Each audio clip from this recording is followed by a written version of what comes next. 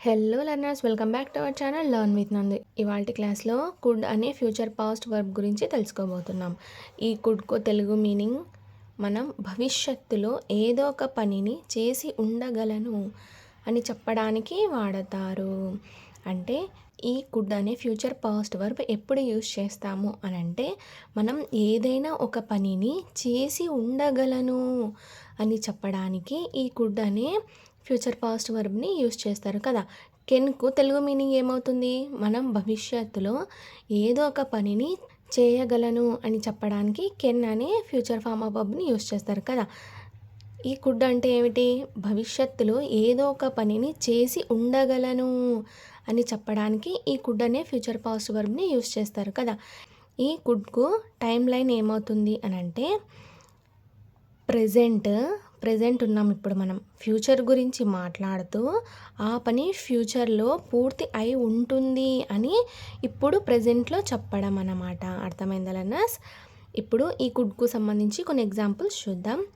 నేను ఆ పనిని చేసి ఉండగలను. కెన్కు ఫ్యూచర్ పాస్ట్ వర్బ్ ఏమవుతుంది? కుడ్ అవుతుంది కదా. కెన్కు తెలుగు మీనింగ్ ఏమవుతుంది? చేయగలను అని అవుతుంది.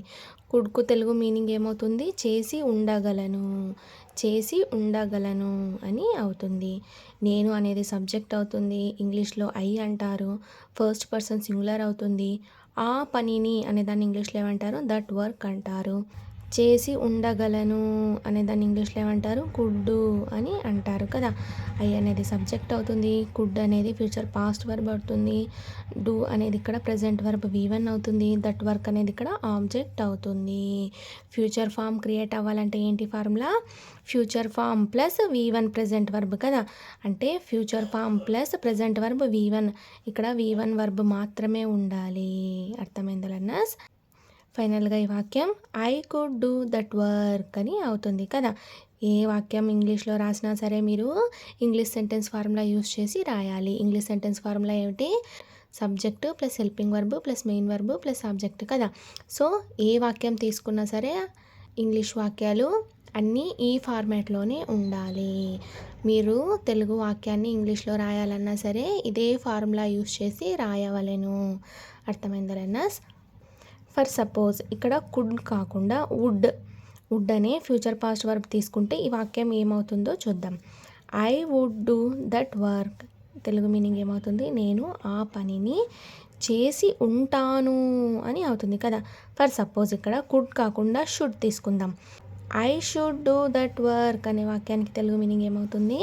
నేను ఆ పనిని చేసి ఉండాలి అని అర్థం. ఇప్పుడు అర్థమైందలన్నా కుడ్ అంటే చేసి ఉండగలను అని మీనింగ్ వస్తుంది.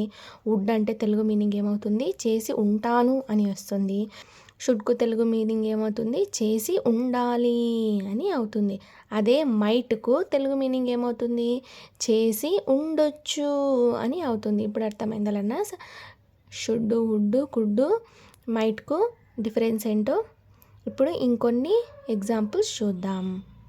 We could go to horror movie. ఈ వాక్యం తెలుగులో రాస్తే మేము హారర్ మూవీకి వెళ్ళి ఉండగలము అని అవుతుంది కదా. మేము హారర్ మూవీకి వెళ్ళి ఉండగలము అని అవుతుంది తెలుగు వాక్యం. వీ అనేది సబ్జెక్ట్ అవుతుంది. ఫస్ట్ పర్సన్ ప్లూరల్ అవుతుంది. కుడ్ అనేది ఫ్యూచర్ పాస్ట్ వర్బ్ అవుతుంది. గో అనేది ప్రెజెంట్ వర్బ్ V1 అవుతుంది. టు హారర్ మూవీ అనేది ఇక్కడ ఆబ్జెక్ట్ అవుతుంది. కుడ్ గోకు తెలుగు మీనింగ్ ఏమవుతుంది? వెళ్ళి ఉండగలము అని అవుతుంది. ఫర్ సపోజ్ కుడ్ ప్లేస్లో వుడ్ తీసుకున్నట్టయితే we would go to horror movie అనే వాక్యం తెలుగులో ఏమవుతుంది?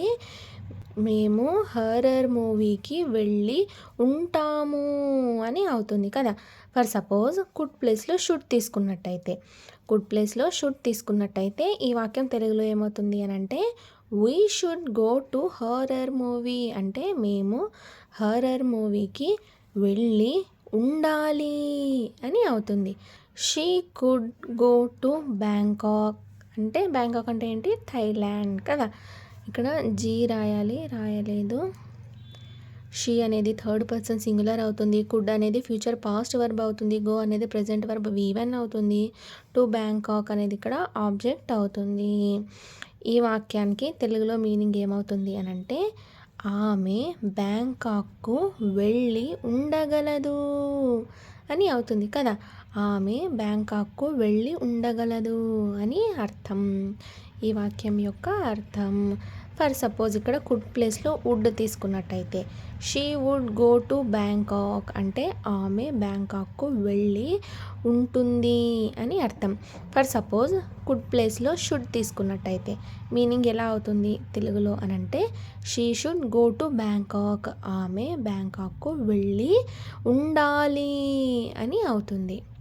I could change my name నేను నా పేరుని మార్చి ఉండగలను అని అవుతుంది. అర్థమైందలన్నా, నేను నా పేరుని మార్చి ఉండగలను అని అవుతుంది. ఐ అనేది సబ్జెక్ట్ అవుతుంది, మై నేమ్ అనేది ఇక్కడ ఆబ్జెక్ట్ అవుతుంది, చేంజ్ అనేది ప్రెజెంట్ వర్బ్ V1 అవుతుంది, కుడ్ అనేది ఇక్కడ ఫ్యూచర్ పాస్ట్ వర్బ్ అవుతుంది కదా. ఫర్ సపోజ్ ఇక్కడ కుడ్ ప్లేస్లో వుడ్ తీసుకున్నట్టయితే, I would change my name నేను నా పేరును మార్చి ఉంటాను అని అవుతుంది. ఫర్ సపోజ్ కుడ్ ప్లేస్లో షుడ్ తీసుకున్నట్టయితే, I should change my name నేను నా పేరును చేంజ్ అంటే మార్చి ఉండాలి అని అవుతుంది. They could attempt the exam వాళ్ళు ఎగ్జామ్ని అటెంప్ట్ చేసి ఉండగలరు ఇక్కడ దే వచ్చింది కదా. సో ఇది ప్లూరల్ కాబట్టి, సో ఇక్కడ కూడా ప్లూరల్ మీనింగ్ వచ్చింది. వాళ్ళు ఎగ్జామ్కి అటెంప్ట్ చేసి ఉండగలరు అని మీనింగ్. దే అనేది సబ్జెక్ట్ అవుతుంది, థర్డ్ పర్సన్ ప్లూరల్ అవుతుంది, కుడ్ అనేది ఇక్కడ ఫ్యూచర్ పాస్ట్ వర్బ్ అవుతుంది, అటెంప్ట్ అనేది ఇక్కడ ప్రెజెంట్ వర్బ్ V1 అవుతుంది, ద ఎగ్జామ్ అనేది ఇక్కడ ఆబ్జెక్ట్ అవుతుంది. ఐ కుడ్ స్కేర్ హిమ్ నేను అతన్ని భయపెట్టి ఉండగలను అంటే నేను అతన్ని భయపెట్టి ఉండగలను అని తెలుగులో ఈ వాక్యానికి అర్థం. ఐ అనేది సబ్జెక్ట్ అవుతుంది, ఫస్ట్ పర్సన్ సింగులర్ అవుతుంది, కుడ్ అనేది ఇక్కడ ఫ్యూచర్ పాస్ట్ వర్బ్ అవుతుంది, స్కేర్ అనేది ఇక్కడ ప్రెజెంట్ వర్బ్ V1 అవుతుంది, హిమ్ అనేది ఇక్కడ ఆబ్జెక్ట్ అవుతుంది. ఫర్ సపోజ్ కుడ్ ప్లేస్లో వుడ్ తీసుకున్నట్టయితే అంటే ఐ వుడ్ స్కేర్ హిమ్ అనే వాక్యానికి మీనింగ్ ఏమవుతుంది, నేను అతన్ని భయపెట్టి ఉంటాను అని అవుతుంది. సపోజ్ కుడ్ ప్లేస్లో షుడ్ తీసుకున్నట్టయితే మీనింగ్ ఏమవుతుంది అని అంటే, ఐ షుడ్ స్కేర్ హిమ్ నేను అతన్ని భయపెట్టి ఉండాలి అని అవుతుంది. అర్థమైందలన్నా. ఈ వుడ్కు షుడ్కు కుడ్కు మీనింగ్స్ ఏంటో, he could drive that Lamborghini car అతను ఆ లంబార్గినీ కార్ని నడిపి ఉండగలడు అని ఈ వాక్యం యొక్క అర్థం కదా. హీ అనేది సబ్జెక్ట్ అవుతుంది, థర్డ్ పర్సన్ సింగులర్ అవుతుంది, కుడ్ అనేది ఫ్యూచర్ పాస్ట్ వర్బ్ అవుతుంది, డ్రైవ్ అనేది ఇక్కడ ప్రెజెంట్ వర్బ్ V1 అవుతుంది, దట్ లంబార్గినీ కార్ అనేది ఇక్కడ ఆబ్జెక్ట్ అవుతుంది. Mummy could make delicious cake for us అమ్మ మన కోసం డిలీషియస్ కేక్ను తయారు చేసి ఉండగలదు అని అర్థం. మమ్మీ అనేది సబ్జెక్ట్ అవుతుంది, కుడ్ అనేది ఫ్యూచర్ పాస్ట్ వర్బ్ అవుతుంది, మేక్ అనేది ఇక్కడ ప్రెజెంట్ వర్బ్ V1 అవుతుంది, డిలీషియస్ కేక్ ఫర్ అస్ అనేది ఇక్కడ ఆబ్జెక్ట్ అవుతుంది. My father could pay school fees మా నాన్నగారు స్కూల్ ఫీజ్ కట్టి ఉండగలడు అని ఈ వాక్యం యొక్క అర్థం. మై ఫాదర్ అనేది థర్డ్ పర్సన్ సింగులర్ అవుతుంది, స్కూల్ ఫీజ్ అనేది ఇక్కడ ఆబ్జెక్ట్ అవుతుంది, కుడ్ అనేది ఫ్యూచర్ పాస్ట్ వర్బ్ అవుతుంది, పే అనేది ఇక్కడ ప్రెజెంట్ వర్బ్ V1 అవుతుంది, స్కూల్ ఫీజ్ అనేది ఇక్కడ ఆబ్జెక్ట్ అవుతుంది. I could drink that tonic నేను ఆ టానిక్ని తాగి ఉండగలను అని వస్తుంది మీనింగ్. ఐ అనేది సబ్జెక్ట్ అవుతుంది, ఫస్ట్ పర్సన్ సింగులర్ అవుతుంది, కుడ్ అనేది ఫ్యూచర్ పాస్ట్ వర్బ్ అవుతుంది, డ్రింక్ అనేది ప్రెజెంట్ వర్బ్ V1 అవుతుంది, దట్ టానిక్ అనేది ఇక్కడ ఆబ్జెక్ట్ అవుతుంది. Rani could dance on the floor Rani floor మీద డాన్స్ ఆడి ఉండగలదు అని అర్థం కదా. అంటే సబ్జెక్టు ఆబ్జెక్టు బట్టి ఇక్కడ కుడ్కు మీనింగ్స్ చేంజ్ అవుతూ ఉంటాయి కదా. రాణి అనేది థర్డ్ పర్సన్ సింగులర్ అవుతుంది, కుడ్ అనేది ఫ్యూచర్ పాస్ట్ వర్బ్ అవుతుంది, డాన్స్ అనేది ప్రెజెంట్ వర్బ్ V1 అవుతుంది, ఆన్ ద ఫ్లోర్ అనేది ఇక్కడ ఆబ్జెక్ట్ అవుతుంది. ఫ్యూచర్ టైమింగ్స్ పెట్టుకోండి. ఫ్యూచర్ వాక్యాలు కదా ఇవి. సో ఫ్యూచర్ టైమింగ్స్ని పెట్టుకోండి. I could have chocolates. నేను చాక్లెట్స్ని తిని ఉండగలను అని ఈ వాక్యం యొక్క అర్థం. ఐ అనేది సబ్జెక్ట్ అవుతుంది, ఫస్ట్ పర్సన్ సింగులర్ అవుతుంది, చాక్లెట్స్ అనేది ఆబ్జెక్ట్ అవుతుంది, కుడ్ అనేది ఫ్యూచర్ పాస్ట్ వర్బ్ అవుతుంది, హ్యావ్ అనేది ఇక్కడ ప్రెజెంట్ వర్బ్ V1 అవుతుంది. ఇక్కడ హ్యావ్ అనేది ఇది వర్బే కదా, పక్క పక్కన రాకూడదు అన్నారు కదా, మరి ఇక్కడ పక్క పక్కన ఎందుకు వచ్చాయి అని మీకు డౌట్ రావచ్చు కదా. ఇక్కడ హ్యావ్ అనేది ఈటింగ్కి కూడా వాడతారు అని హ్యావ్ ఫార్మ్స్ యూసేజ్లో నేను మీకు చెప్పాను. సో ఇక్కడ హ్యావ్ అనేది ఈటింగ్కు సంబంధించింది, అంటే చాక్లెట్స్ తినడానికి సంబంధించింది కాబట్టి తినుటకు కూడా ఈ హ్యావ్ ఫార్మ్స్ని యూజ్ చేస్తారు కనుక ఇక్కడ హ్యావ్ అని తీసుకున్నాను. అర్థమైందరన్నా, హ్యావ్ అని V1 వర్బ్ తీసుకున్నాను. ఫైనల్గా ఈ వాక్యం యొక్క అర్థం నేను చాక్లెట్స్ని తిని ఉండగలను అని అర్థం. She could have chocolate ice cream. ఆమె చాక్లెట్ ఐస్ క్రీమ్ని తిని ఉండగలదు అని అర్థం. షీ అనేది సబ్జెక్ట్ అవుతుంది, థర్డ్ పర్సన్ సింగులర్ అవుతుంది, కుడ్ అనేది ఫ్యూచర్ పాస్ట్ వర్బ్ అవుతుంది, హ్యావ్ అనేది ఇక్కడ ప్రెజెంట్ వర్బ్ V1 అవుతుంది, చాక్లెట్ ఐస్ క్రీమ్ అనేది ఇక్కడ ఆబ్జెక్ట్ అవుతుంది. ఇక్కడ మీకు డౌట్ రావచ్చు, షీ అనేది థర్డ్ పర్సన్ సింగులర్ కదా, సో థర్డ్ పర్సన్ సింగులర్స్ వచ్చినప్పుడు మనము హ్యాజ్ యూజ్ చేయాలి కదా అని మీకు డౌట్ రావచ్చు. ఇక్కడ హ్యాజ్ యూజ్ చేయకూడదు, ఎందుకంటే ఇది ఫ్యూచర్ ఫామ్ కదా. ఫ్యూచర్ ఫామ్ క్రియేట్ అవ్వాలంటే ఏంటి formula, future form plus V1 verb కదా. సో ఇక్కడ ఫ్యూచర్ ఫామ్ పక్కన ఓన్లీ V1 వర్బ్ మాత్రమే ఉండాలి. సబ్జెక్ట్ ఏదైనా సరే, ఏ పర్సన్ అయినా సరే ఓన్లీ V1 వర్బ్ని మాత్రమే మనం యూజ్ చేయాలి. Future form plus V1 equals to అది ఫ్యూచర్ ఫామ్ అవుతుంది కదా. సో ఇక్కడ V1 వర్బ్ని మాత్రమే యూజ్ చేయాలి, ఇక్కడ హ్యాజ్ అని రాకూడదు. అర్థమైంది learners. She could have chocolates ice cream అనేది కరెక్ట్ వాక్యము. Raju could win that race tomorrow.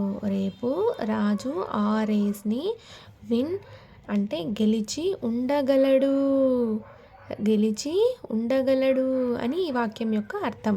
రాజు అనేది సబ్జెక్ట్ అవుతుంది, థర్డ్ పర్సన్ సింగులర్ అవుతుంది, కుడ్ అనేది ఫ్యూచర్ పాస్ట్ వర్బ్ అవుతుంది, విన్ అనేది ఇక్కడ ప్రెజెంట్ వర్బ్ V1 అవుతుంది, దట్ రేస్ టుమారో అనేది ఇక్కడ ఆబ్జెక్ట్ అవుతుంది, టుమారో అనేది మనకు ఫ్యూచర్ను తెలుపుతుంది.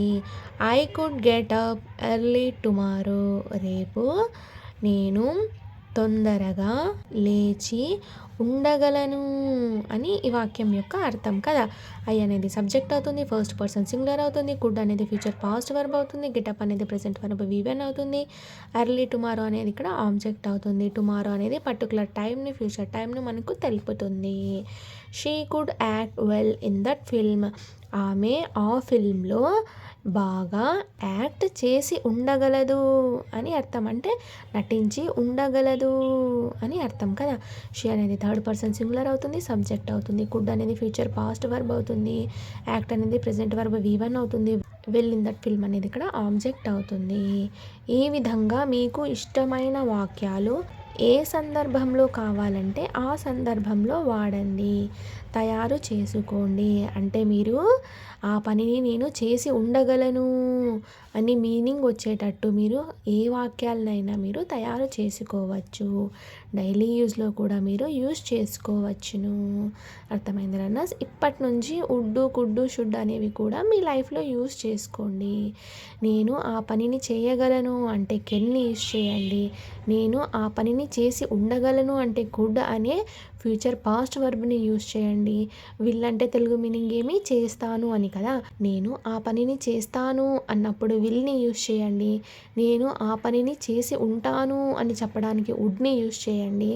నేను ఆ పనిని చెయ్యాలి, ఖచ్చితంగా చెయ్యాలి అన్నప్పుడు షెల్ని యూజ్ చేయండి.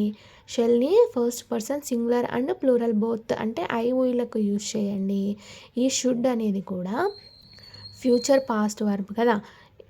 ఏదైనా నేను భవిష్యత్తులో ఆ పనిని ఖచ్చితంగా పూర్తి చేసి ఉండాలి అన్నప్పుడు షుడ్ అనే ఫ్యూచర్ పాస్ట్ వర్బ్ని యూజ్ చేయండి. అర్థమైంది లర్నర్స్. ఇది ఇవాల్టి క్లాస్లో కుడ్ అనే ఫ్యూచర్ పాస్ట్ వర్బ్ గురించి. అర్థమైంది learners. Thank you so much for watching this video. Please subscribe to learn with Nandu channel for more videos. Thank you.